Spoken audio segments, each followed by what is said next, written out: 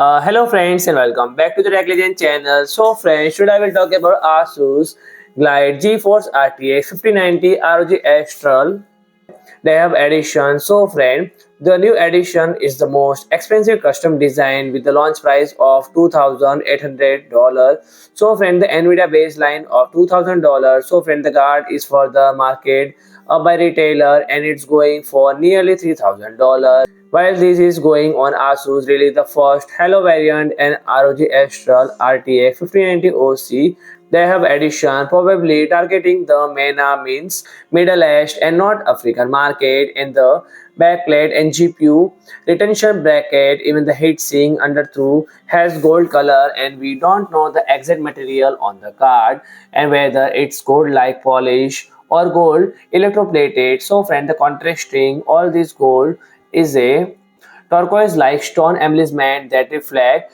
light in a blue-green tone. And just like a actual stone, there is several other cultural elements to this design, including Arabic calligraphy and motifs representing strength, coverage, and unity. And the gold backplate even has machine religion motifs representing the desert and skyscrapers. So friend, if you like my video, please do like, share and comment, and don't forget to subscribe my channel and press the bell icon.